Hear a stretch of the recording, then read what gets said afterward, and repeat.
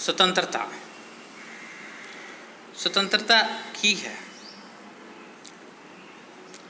ਸੁਤੰਤਰਤਾ ਕੰਮ ਕਰਨ ਦੇ ਲਈ, ਆਪਣੇ ਆਪ ਦੇ ਲਈ ਤਰੱਕੀ ਕਰਨ ਦੇ ਵਿੱਚ ਇੱਕ ਬਹੁਤ ਅਹਿਮ ਸ਼ਬਦ ਹੈ। ਯਾਨੀ ਕਿ ਪਾਬੰਦੀਆਂ ਨਹੀਂ ਹੈਗੀਆਂ ਤੇ ਤੁਸੀਂ ਸੁਤੰਤਰ ਹੈਗੇ। ਕਈ ਕਹਿੰਦੇ ਕਿ ਪਾਬੰਦੀਆਂ ਦੀ ਅਣਹੋਂਦ ਸੁਤੰਤਰਤਾ ਹੈ, ਕਈ ਕਹਿੰਦੇ ਕਿ ਜਾਇਜ਼ ਪਾਬੰਦੀਆਂ ਹੋਣੀਆਂ ਚਾਹੀਦੀਆਂ। ਬੇਸਿਕਲੀ ਜੇ ਸੁਤੰਤਰਤਾ ਦੀ ਗੱਲ ਕਰਦੇ ਤਾਂ ਇਹ ਹਰ ਵਿਅਕਤੀ ਦੀ ਬੁਨਿਆਦੀ ਜ਼ਰੂਰਤ ਹੈ, ਬੇਸਿਕ ਜ਼ਰੂਰਤ ਹੈ। ਮਨੁੱਖ ਜਿਹੜਾ ਹੈ ਬਿਨਾਂ ਸੁਤੰਤਰਤਾ ਤੋਂ ਵਿਕਾਸ ਨਹੀਂ ਕਰ ਸਕਦਾ ਹੈ। ਔਰ ਸੁਤੰਤਰਤਾ ਉਦੋਂ ਹੀ ਪੋਸੀਬਲ ਹੈ ਜਦੋਂ ਤੁਸੀਂ ਰਾਜ ਵਿੱਚ ਰਹਿੰਦੇ ਹੋ, ਕੋਈ ਨਿਯਮ ਕਾਨੂੰਨ ਨੂੰ ਫੋਲੋ ਕਰਦੇ ਹੋ, ਤਾਂ ਹੀ ਸੁਤੰਤਰਤਾ ਹੈ। ਅੱਜ ਦਾ ਜਿਹੜਾ ਯੁੱਗ ਹੈ ਇਹ ਡੈਮੋਕ੍ਰੇਸੀ ਦਾ ਯੁੱਗ ਹੈ ਅਤੇ ਸੁਤੰਤਰਤਾ ਦਾ ਵੀ ਯੁੱਗ ਹੈ। ਅੱਜ ਦਾ ਵਿਅਕਤੀ ਕਈ ਪ੍ਰਕਾਰ ਤੋਂ ਸੁਤੰਤਰ ਹੈ ਪੁਰਾਣੇ ਜ਼ਮਾਨੇ ਦੇ ਹਿਸਾਬ ਨਾਲ, ਪੁਰਾਣੇ ਟਾਈਮ ਨਾਲ ਦੇ ਮੁਕਾਬਲੇ ਜੇ ਅਸੀਂ ਗੱਲ ਕਰੀਏ ਤੇ ਆਓ ਇਸ ਚੈਪਟਰ ਦੇ ਵਿੱਚ ਅਸੀਂ ਕਰਦੇ ਹਾਂ ਅਰਥ, ਕਿਸਮਾਂ ਅਤੇ ਰੱਖਿਆ ਪ੍ਰਬੰਧ।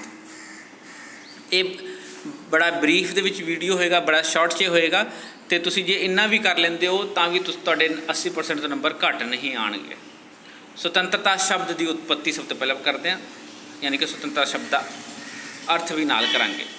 ਸੁਤੰਤਰਤਾ ਸ਼ਬਦ ਜਿਹੜਾ ਹੈ ਅੰਗਰੇਜ਼ੀ ਭਾਸ਼ਾ ਦੇ ਸ਼ਬਦ ਲਿਬਰਟੀ ਦਾ ਪੰਜਾਬੀ ਅਨੁਵਾਦ ਹੈ ਅਤੇ ਇੰਗਲਿਸ਼ ਸ਼ਬਦ ਲਿਬਰਟੀ ਲਤੀਨੀ ਭਾਸ਼ਾ ਦੇ ਸ਼ਬਦ ਲੀਬਰ ਤੋਂ ਲਿਆ ਗਿਆ ਹੈ, ਜਿਸ ਦਾ ਅਰਥ ਹੁੰਦਾ ਹੈ ਸੁਤੰਤਰ ਜਾਂ ਰੋਕਾਂ ਦੀ ਅਣਹੋਂਦ। ਅੰਗਰੇਜ਼ੀ ਭਾਸ਼ਾ ਦਾ ਸ਼ਬਦ ਲਿਬਰਟੀ ਪੰਜਾਬੀ ਭਾਸ਼ਾ ਦਾ ਸ਼ਬਦ ਸੁਤੰਤਰਤਾ ਦੇ ਬਰਾਬਰ ਹੈ। ਸੁਤੰਤਰਤਾ ਸ਼ਬਦ ਦਾ ਅਰਥ ਅਤੇ ਪਰਿਭਾਸ਼ਾਵਾਂ।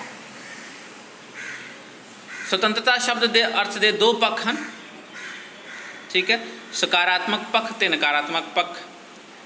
ਜੌਨ ਐਡਮਸ ਕਹਿੰਦੇ ਨੇ liberty cannot be provided without a general knowledge among the people.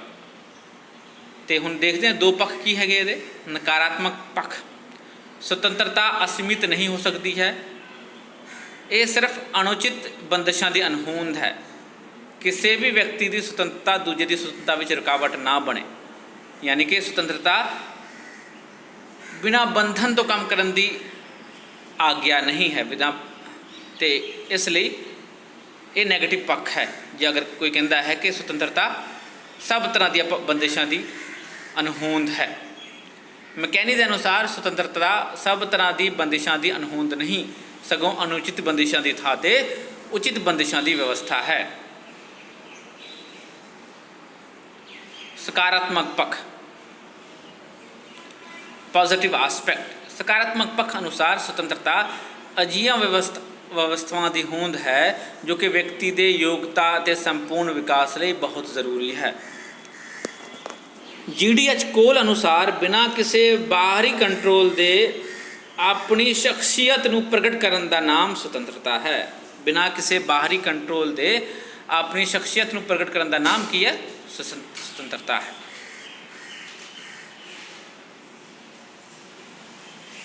ਅਗਲੇ ਚਲਦੇ ਹਾਂ ਸੋਸ਼ਲ ਲਿਬਰਟੀ। CD ਬਰਨਜ਼ ਅਨੁਸਾਰ ਸੁਤੰਤਰਤਾ ਸੁਭਾਵਿਕ ਯੋਗਤਾ ਅਤੇ ਸ਼ਖਸੀਅਤ ਦਾ ਪੂਰਨ ਵਿਕਾਸ ਕਰਨਾ ਹੈ। ਅਤੇ ਇਹ ਅਲੱਗ-ਅਲੱਗ ਹੈ। ਸੋਸ਼ਲ ਲਿਬਰਟੀ ਕੀ ਹੁੰਦੀ ਕਿ ਸਮਾਜ ਦੇ ਵਿੱਚ ਸਾਰੇ ਬਰਾਬਰ ਹਨ, ਕੋਈ ਭੇਦਭਾਵ ਨਹੀਂ ਹੈ। ਇਸ ਗੱਲ ਨੂੰ ਵੀ ਧਿਆਨ ਦੇ ਵਿੱਚ ਰੱਖਦਾ। ਅਤੇ ਇਹ ਸਨ ਸੁਤੰਤਰਤਾ ਦੀਆਂ ਕੁਝ ਪਰਿਭਾਸ਼ਾਵਾਂ। ਅਤੇ ਉਮੀਦ ਹੈ ਕਿ ਤੁਹਾਨੂੰ ਸਮਝ ਆਈ। ਕੋਈ ਸਮਝ ਨਹੀਂ ਆਉਂਦੀ, ਕੋਈ ਗਲਤ, ਤੁਸੀਂ ਕਮੈਂਟ ਕਰ ਸਕਦੇ ਹੋ ਕਮੈਂਟ ਸੈਗਮੈਂਟ 'ਚ। ਬਾਅਦ ਦੇ ਵਿੱਚ ਮੈਂ ਉਹਦੇ 'ਤੇ ਹੋਰ ਵੀਡੀਓ ਬਣਾ ਕੇ ਤੁਹਾਡੇ ਲਈ ਭੇਜ ਸਕਦਾ ਹਾਂ। ਸਭ ਤੋਂ ਪਹਿਲਾਂ ਹੁਣ ਸੁਤੰਤਰਤਾ ਦੀਆਂ ਵਿਸ਼ੇਸ਼ਤਾਵਾਂ।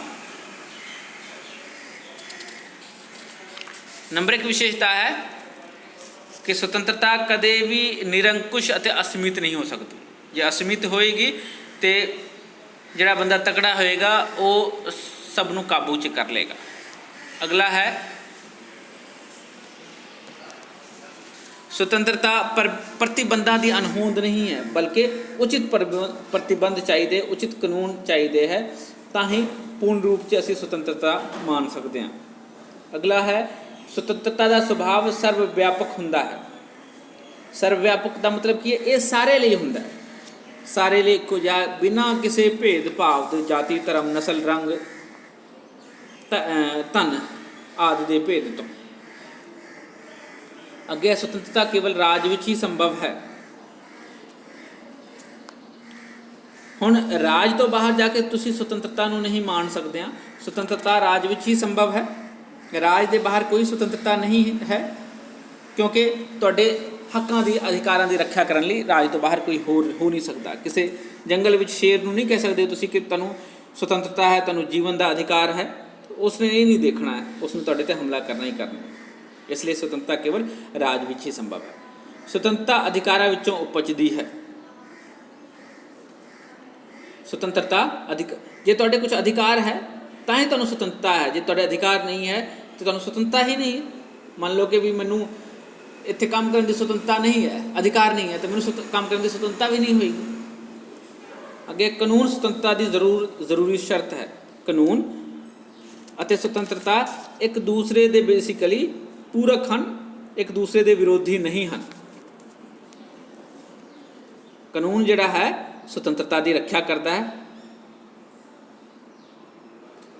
ਰਾਈਟ। ਲੇਕਿਨ ਯਾਦ ਰੱਖਿਓ ਕਿ ਸਾਰੇ ਕਾਨੂੰਨ ਸੁਤੰਤਰਤਾ ਦੀ ਰੱਖਿਆ ਵੀ ਨਹੀਂ ਕਰਦੇ ਹਨ। ਕੁਝ ਕਾਨੂੰਨ ਸੁਤੰਤਰਤਾ ਉੱਤੇ ਰੋਕ ਵੀ ਲਗਾਉਂਦੇ ਹਨ। ਅੱਗੇ ਚੱਲਦੇ ਹਾਂ ਸੁਤੰਤਰਤਾ ਦੇ ਵੱਖ-ਵੱਖ ਰੂਪ ਜਾਂ ਕਿਸਮਾਂ। ਨੰਬਰ 1 ਕੁਦਰਤੀ ਸੁਤੰਤਰਤਾ।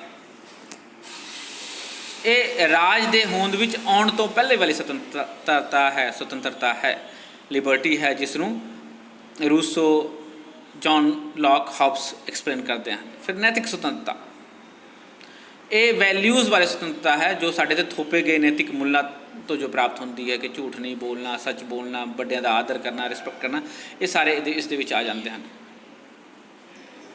ਸੈਮੂਅਲ ਐਡਮਸ ਕਹਿੰਦੇ ਹਨ ਕਿ natural liberty of man is to be free from any superior power on earth and not to be under the will or legislative authority of man, but only to have the law of nature for his rule। इस natural स्वतंत्रता यानी कुदरती स्वतंत्रता ਨਾਲ ਸੰਬੰਧਿਤ ਹੈ।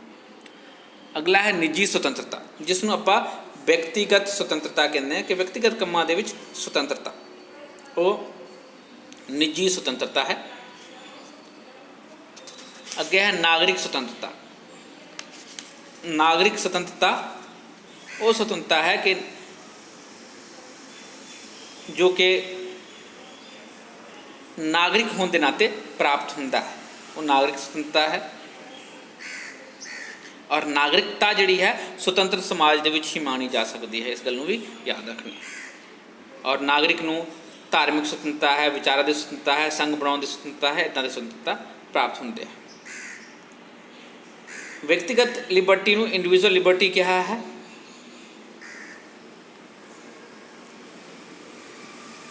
Having the freedom to do things that I want in the way that I would want to do them, rather than being forced to do something or being restricted by one power। कहता भी सुतंत्रता की है कि आज़ादी होना कि जिस काम मैं करना चाहता अपने तरीके नाल काम करा, the way I want, right। इस दे बजाय कि मैंने कोई फोर्स करे कि भी हाँ मैं करना है और उत्ते रिस्ट्रिक्शंस भी लग गया हो। ठीक है, तो निजी स्वतंत्रता हो गया, नागरिक स्वतंत्रता हो गया, धार्मिक विचारों की संघ बनाने की स्वतंत्रता। हुण आ जाने नागरिक स्वतंत्रता के ਵੱਖ-ਵੱਖ रूप। राजनीतिक स्वतंत्रता जिस दे विच, उस तो बाद है आर्थिक स्वतंत्रता, रिलीजियस स्वतंत्रता, धार्मिक स्वतंत्रता एंड राष्ट्रीय स्वतंत्रता। या इस नूं असीं कह सकते हैं कि कुदरती स्वतंत्रता, नागरिक स्वतंत्रता, राजनीतिक स्वतंत्रता, आर्थिक स्वतंत्रता, राष्ट्रीय स्वतंत्रता, नैतिक स्वतंत्रता, धार्मिक स्वतंत्रता ते व्यक्तिगत स्वतंत्रता।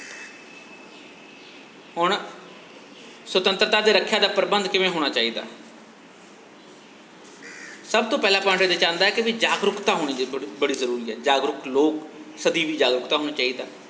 लोकतंत्री सरकार होनी चाहिए, यानी कि लोगों द्वारा चुनी गई सरकार। लोगों को मौलिक अधिकार प्राप्त होने चाहिए। उस तो बाद शक्तियां की वंड या शक्तियां की अलहदगी होनी चाहिए है। न्यायपालिका स्वतंत्र होना चाहिए है, तां ही वो सारे सही फैसले दे सकेगा। और कानून का शासन होना चाहिए, किसी बंदे का शासन नहीं होना चाहिए। उस तो बाद विशेष अधिकारों की अनहोंद होनी चाहिए है, किसी का भी विशेष अधिकार नहीं होना चाहिए है। उस तो बाद शक्ति का विकेंद्रीकरण होना चाहिए है। ਆਰਥਿਕ ਸੁਰੱਖਿਆ ਹੋਣੀ ਚਾਹੀਦੀ ਹੈ, ਇਮਾਨਦਾਰ ਛਾਪਾ ਖਾਣਾ ਹੋਣਾ ਚਾਹੀਦਾ ਹੈ, ਲੋਕਾਂ ਦੇ ਵਿੱਚ ਰਾਜਨੀਤਿਕ ਸਿੱਖਿਆ ਹੋਣਾ ਚਾਹੀਦਾ, ਲਿਖਤੀ ਸੰਵਿਧਾਨ, ਔਰ ਸਭ ਤੋਂ ਵੱਧ ਹੈ ਕਿ ਸੁਤੰਤਰਤਾ ਲਈ ਲੋਕਾਂ ਦੇ ਮਨ ਦੇ ਵਿੱਚ ਪਿਆਰ ਹੋਣਾ ਚਾਹੀਦਾ, ਤਾਂ ਹੀ ਜਾ ਕੇ ਸਾਨੂੰ ਸੁਤੰਤਰਤਾ ਦੀ ਅਸੀਂ ਰੱਖਿਆ ਕਰ ਸਕਦੇ ਹਾਂ।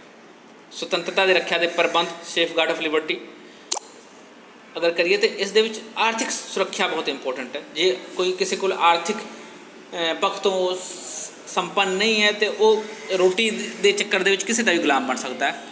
ਨਿਰਪੱਖ ਪ੍ਰੈਸ ਇਹ ਸੇਫ ਗਾਰਡ ਕਰਦੇ ਬਚਾਉਂਦੇ। ਸੰਗਠਿਤ ਅਤੇ ਰਾਜਨੀਤਿਕ ਦਲ ਇਹ ਦੱਸ ਚੁੱਕਾ, ਇਹ ਸਾਰੇ ਸੇਫਗਾਰਡ 'ਚ ਆ ਜਾਣਗੇ। ਰਾਜਨੀਤਿਕ ਸਿੱਖਿਆ, ਲਿਖਤੀ ਸੰਵਿਧਾਨ ਐਨ ਸੁਤੰਤਰਤਾ ਦੇ ਲਈ ਮਨ ਦੇ ਵਿੱਚ ਪ੍ਰੇਮ ਅਤੇ ਲਗਨ ਹੋਣੀ ਚਾਹੀਦੀ ਹੈ। ਅਤੇ ਇਸ ਪ੍ਰਕਾਰ ਇਹ ਸੁਤੰਤਰਤਾ ਵਾਲਾ ਚੈਪਟਰ ਸਾਡਾ ਫਿਨਿਸ਼ ਹੁੰਦਾ ਹੈ। ਇਹ ਬਰੀਫ ਦੇ ਵਿੱਚ ਵੀਡੀਓ ਹੈ। ਇਸ ਦੇ ਨਾਲ ਕੋਈ ਪੁਆਇੰਟ ਹੈ ਜੋ ਤੁਹਾਨੂੰ ਸਮਝ ਨਹੀਂ ਆਈ, ਕੋਈ ਪ੍ਰੋਬਲਮ ਹੈ, ਤੁਸੀਂ ਮੈਨੂੰ ਕਮੈਂਟ ਕਰਕੇ ਦੱਸੋ। ਇਸ ਦੇ ਵਿੱਚ ਡਿਟੇਲ ਦੇ ਵਿੱਚ ਵੀਡੀਓ ਬਣਾ ਕੇ ਭੇਜਾਂਗਾ। Thank you, take care, bye bye.